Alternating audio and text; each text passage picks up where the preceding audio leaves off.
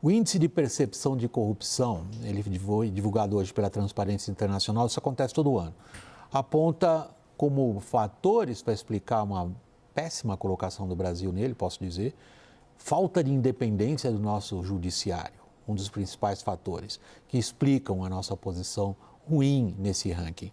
Confira primeiro a reportagem de Saulo Tiossi.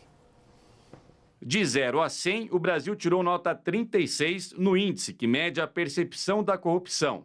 Foram 2 pontos a menos do que em 2022, suficiente para desabar 10 posições. Está hoje em 104º lugar entre 180 países. Abaixo da média dos vizinhos das Américas, atrás dos países do BRICS e bem longe da média das nações da OCDE. A distância do Brasil para boa parte do mundo na percepção da corrupção aumentou entre o último ano da gestão Bolsonaro e o primeiro ano do governo Lula. Mesmo assim, a Transparência Internacional aponta falhas nas duas administrações e diz que o resultado é consequência, em certa medida, de quase 10 anos em que a independência do sistema judiciário vem sofrendo uma série de retrocessos. Segundo o levantamento, tanto Bolsonaro como o atual presidente Lula contornaram processos que visavam aumentar a legitimidade e a independência do Poder Judicial, nomeando indivíduos de confiança como procuradores gerais. A polêmica decisão de Lula de nomear o seu ex-advogado como ministro do Supremo Tribunal Federal aumenta ainda mais as preocupações. Além disso, a recente decisão de invalidar todas as provas do acordo de leniência da Odebrecht e de suspender a multa recorde da JBS garante impunidade para numerosos casos de grande corrupção no Brasil e no exterior. A atuação do Congresso é outro alvo de críticas. A Transparência Internacional afirma que Lula herdou um centrão mais poderoso e condicionado à captura de recursos bilionários e que mesmo com a decisão do STF, que decretou inconstitucional o orçamento secreto, os vícios se repetem na distribuição do orçamento. As críticas também tratam do afrouxamento da lei das estatais e lembram o papel do STF nesse processo. Uma liminar do Supremo suspendeu os efeitos da lei que impedia interferências políticas nas empresas públicas. Nós temos o prazer agora de anunciar na nossa roda a participação do professor de Direito da Fundação Getúlio Vargas de São Paulo, Oscar Vilhena. Obrigado pela disposição, Oscar, boa noite para você. Logo, minha primeira pergunta a você. Oscar, a gente pode talvez debater a metodologia pela qual a Transparência Internacional chega às interpretações e à confecção do ranking tal como ela divulgou para o mundo inteiro hoje. É claro, a gente pode achar que é mais interpretativo do que baseado em fatos concretos ou em estatísticas. Agora, na minha visão, eu queria ouvir a sua, Oscar, parece inequívoco que a nossa percepção sobre corrupção piorou em termos de um problema que a gente acha que está tão longe como sempre foi de ser resolvido. Tem aí razão a Transparência Internacional? Boa noite, William. Boa noite, colegas. Sem dúvida nenhuma, né? Nós tivemos um grande processo de corrupção, que foi a Operação Lava Jato, uma operação amplíssima, né, que criou expectativas enormes junto à população brasileira de que a corrupção teria um fim. Tá?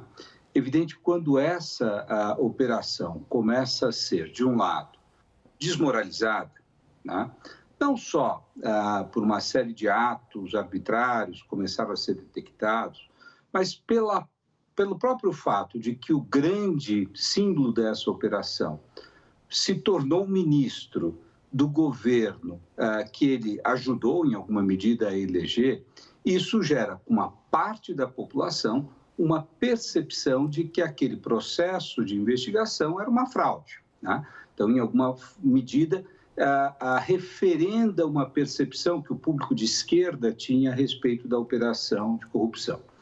Por outro lado, há um problema enorme que recai sobre a responsabilidade do Supremo. Né? O Supremo deu a essa operação um enorme apoio, né? Através dos recursos que chegavam lá e que jamais eram assegurados. Né? E depois de muitos anos, o Supremo passa a desconstruir essa operação. Então, o Supremo também manda uma mensagem para a população, que começa a perceber que talvez o combate à corrupção jamais tenha sido tão sério, né? Então, eu diria que esses dois fatores, quer dizer, tanto quem realizou a Operação Lava Jato, com tantas falhas, etc., e o fato de ter se politizado, né?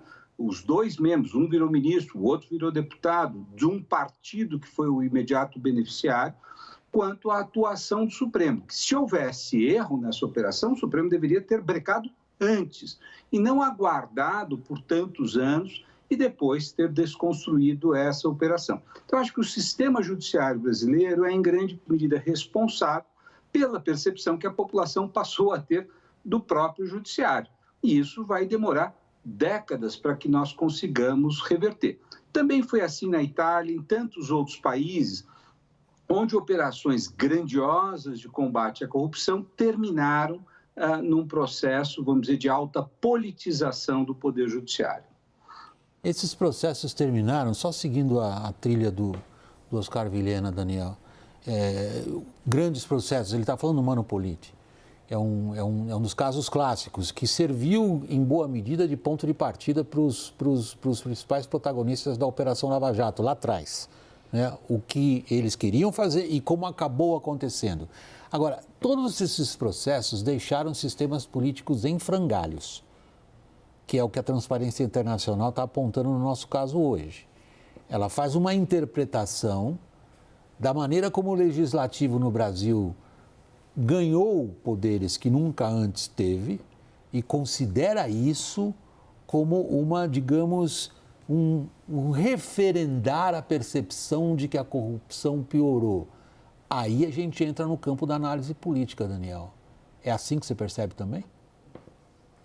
Olha, William, o professor Oscar mencionou a questão da Lava Jato, como a leitura do judiciário foi mudando ao longo do tempo e o impacto que isso causa na população, no empresariado, nos formadores de opinião.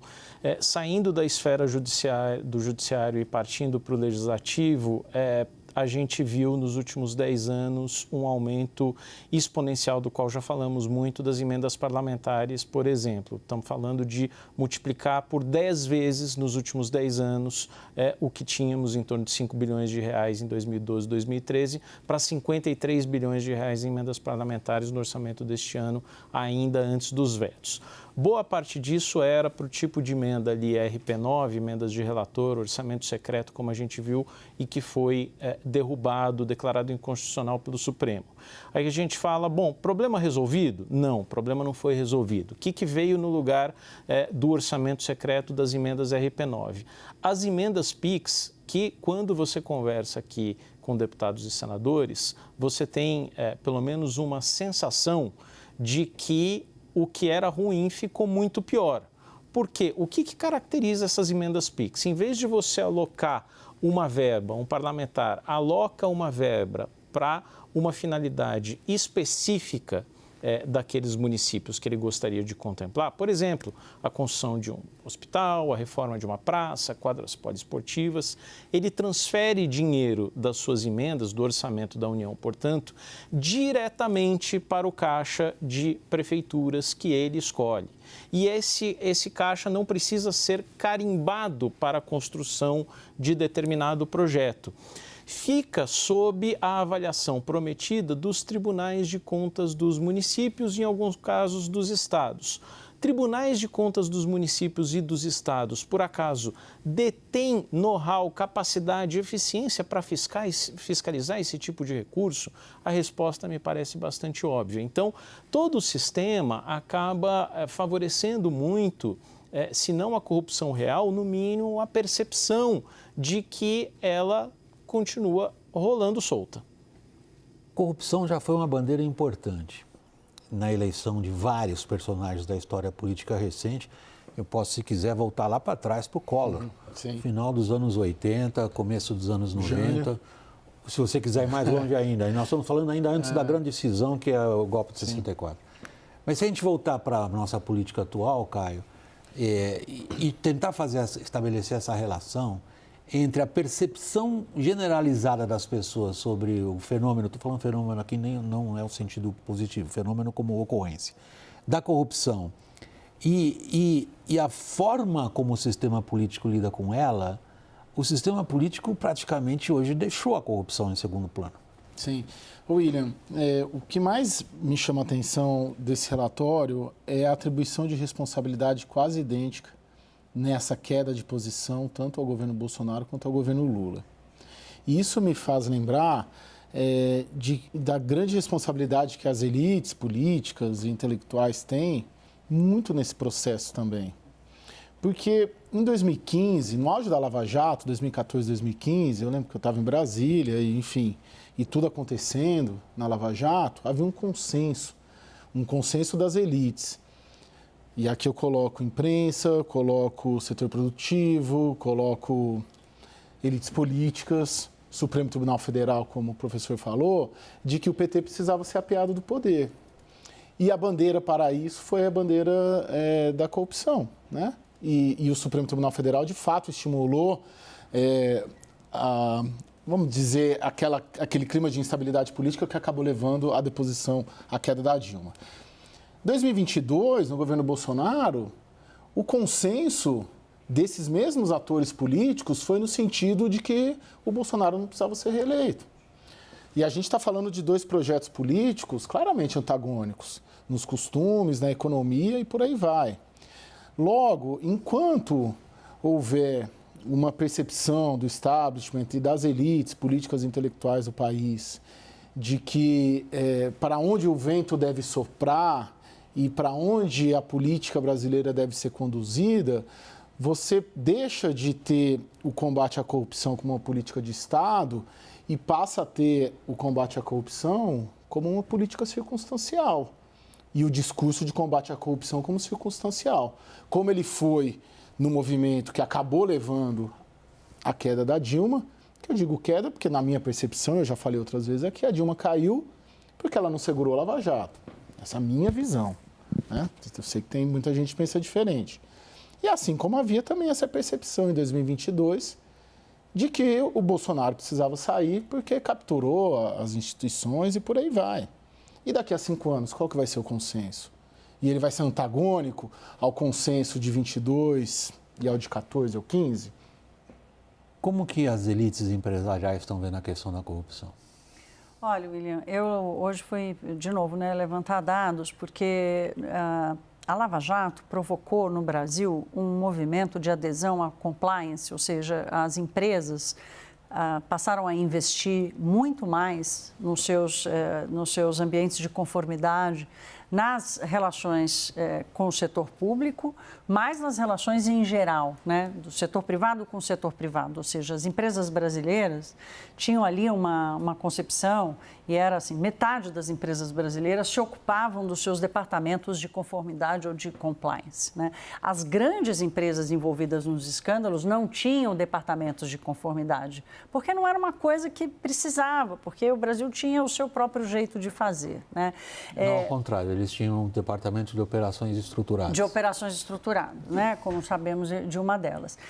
Esse movimento fez com que, as pesquisas mostravam, 80% das empresas passaram a adotar ou a investir nesse departamento ou nessa missão, né, do seu negócio como uma coisa importante ali da engrenagem dos negócios.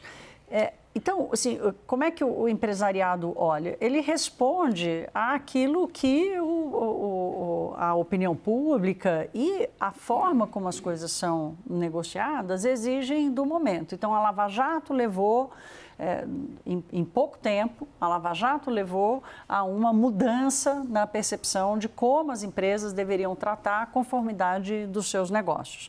Empresas brasileiras e empresas internacionais que não tinham isso no Brasil. Como é que depois de tudo que aconteceu na Lava Jato e das decisões do STF, né, de como se as empresas não tivessem, como você disse, as empresas confessaram, fizeram acordos, mas foram liberadas. Os executivos confessaram, né, devolveram bilhões de reais aos cofres públicos. É como se isso não tivesse. Então, assim, no pragmatismo da gestão das empresas, assim como o Caio disse na seara política, daqui a alguns anos, qual vai ser o saldo? Qual vai ser a referência? Daqui a alguns anos, como é que as empresas vão agir? Qual vai ser a preocupação delas diante da realidade das relações empresariais no Brasil? O que elas vão precisar fazer para responder à conjuntura e ao ambiente? Será que 80% delas vão precisar investir na conformidade? Oscar, você vê tanto o Caio quanto a Thaís começam a projetar o nosso olhar um pouco mais para frente. E na sua resposta até aqui na nossa roda, Oscar, me chamou muito a atenção a avaliação que você fez da maneira como as pessoas entendem o papel do judiciário em todo esse processo, considerando o judiciário como uma causa importante da percepção de piora da corrupção. E aí você disse, isto demorará gerações para ser apagado. É quase como dizer isso é irrecuperável? Olha, eu acho que é gerações mesmo. Você vê o escândalo de corrupção do Nixon, de corrupção não, do Watergate, que envolve corrupção e tantas outras coisas, corrupção política. Isso abalou a credibilidade do eleitor americano no sistema político americano por décadas, né? E talvez não se tenha jamais recuperado aquilo que se tinha antes dos anos 70. Né? Veja, eu acho que o papel desempenhado pelo judiciário brasileiro, que aumentou tantas expectativas, né, vai ser questionado. Qualquer investigação que nós tenhamos de corrupção, a primeira questão é, isto é uma verdadeira investigação ou isto é uma perseguição a um grupo político, como o Caio falou? Né? Então, eu acho, infelizmente, falo isso com muita tristeza, né, que a operação inadequada, ela gerou esta reação, que é uma percepção, em alguma medida correta, de que se baixou o padrão de exigência, como a Thaís falou. E isso vai repercutir, sim. Né? Agora, creio que nós aprendemos muito com isso. Espero que tenhamos aprendido. Né? O sistema político aprendeu uma coisa. Ele vai se beneficiar, mas buscando legalizar algumas práticas. Então, todo o financiamento de campanha, que era a força, a origem desse processo de corrupção política, ele desapareceu, porque agora você tem uma ampliação dos fundos e você tem as emendas que geram essa possibilidade de montar uma base sem a necessidade da corrupção. Então, em alguma medida, o que nós fizemos? Nós legalizamos o modo pelo qual o presidencialismo de coalizão funciona, engraxamos esse sistema de maneira a que não seja necessário comprar os deputados, tá, para obter os seus votos. Então, isso é ruim para o sistema, porque você vai ter uma perpetuação desse grupo, o Centrão, né, porque ele conseguiu uma fonte de recurso que ele não precisa atrair as empresas, atrair um presidente que consiga um esquema para financiar suas campanhas. Então, veja, eu acho que nós estamos sim numa situação complicada, vai demorar muito. Agora, os órgãos de controle se sofisticaram, o Tribunal de Contas é mais eficiente do que era, o COAF é mais eficiente do que era, a Polícia Federal se profissionalizou demais, né? Então, eu acredito que se nós conseguirmos aí, levar casos menores, mais bem documentados, com sentenças que parem de pé, talvez nós possamos vagarosamente ir revertendo esse quadro lamentável que nós mesmos criamos, como o Caio falou, as elites políticas, econômicas, culturais, jornalísticas, acadêmicas, que nós, em alguma medida, permitimos que ocorresse. Daniel e Caio, repórteres políticos, o Oscar deixou para vocês uma dificílima tarefa, que a provocação intelectual dele a vocês é das mais difíceis. Ele está dizendo o seguinte, nós legalizamos a esbórnia, mensalão hoje não tem porque a gente achou um outro jeito de pagar o mensalão. Pix. nós estabelecemos uma forma de, digamos, de manipular a política, manipular mesmo, que antes era ilegal, agora é legal, e é com isso que a gente vai viver, repórteres políticos. É isso que vocês sentem? Temos que ser rápidos, tá? Você vai ter que fazer uma manchete. Toda a sua sofisticação de raciocínio vai caber numa frase. Acho que tem um ponto que dificulta ali a defesa intransigente do combate à corrupção, que quem mais tentou combater a corrupção nos últimos anos, ou se disse praticando combate à corrupção, também mostrou telhado de vidro. Então, isso tende a levar as pessoas, imagino, os eleitores, a uma postura também menos crítica. Porque, ora, se quem eu acreditava que ia combater a corrupção também praticou malfeitos, eu tenho que ser menos restritivo e baixar o sarrafo, né? Eu peço para encerrar. William, combate à corrupção, penso que ele dá discurso, mas ele não dá tanto voto como medidas concretas em outras áreas, em áreas sociais. Hoje a maior preocupação do brasileiro é a segurança pública, em outros tempos foi a saúde. Então, acho que essa postura toda das elites que a gente está tratando aqui, com a dificuldade que quem defende o combate à corrupção, quando assume de promover medidas reais, encontra um respaldo em grande parte da população que continua votando, né? Em quem vai fazer a praça, em quem vai entregar algum benefício pessoal ou uma obra menor, mesmo sendo corrupto. O rouba mais fácil. Sim, que é algo antigo, né? Então, você tem um conjunto, né? A gente critica a elite, mas também você tem, as pesquisas dizem isso. A corrupção não é o maior problema que o brasileiro encontra na política brasileira. Oscar Vilhena, professor de Direito da Fundação Getúlio Vargas de São Paulo, muito obrigado pela participação na roda e boa noite, Oscar. Eu que agradeço, um prazer sempre estar aqui com vocês.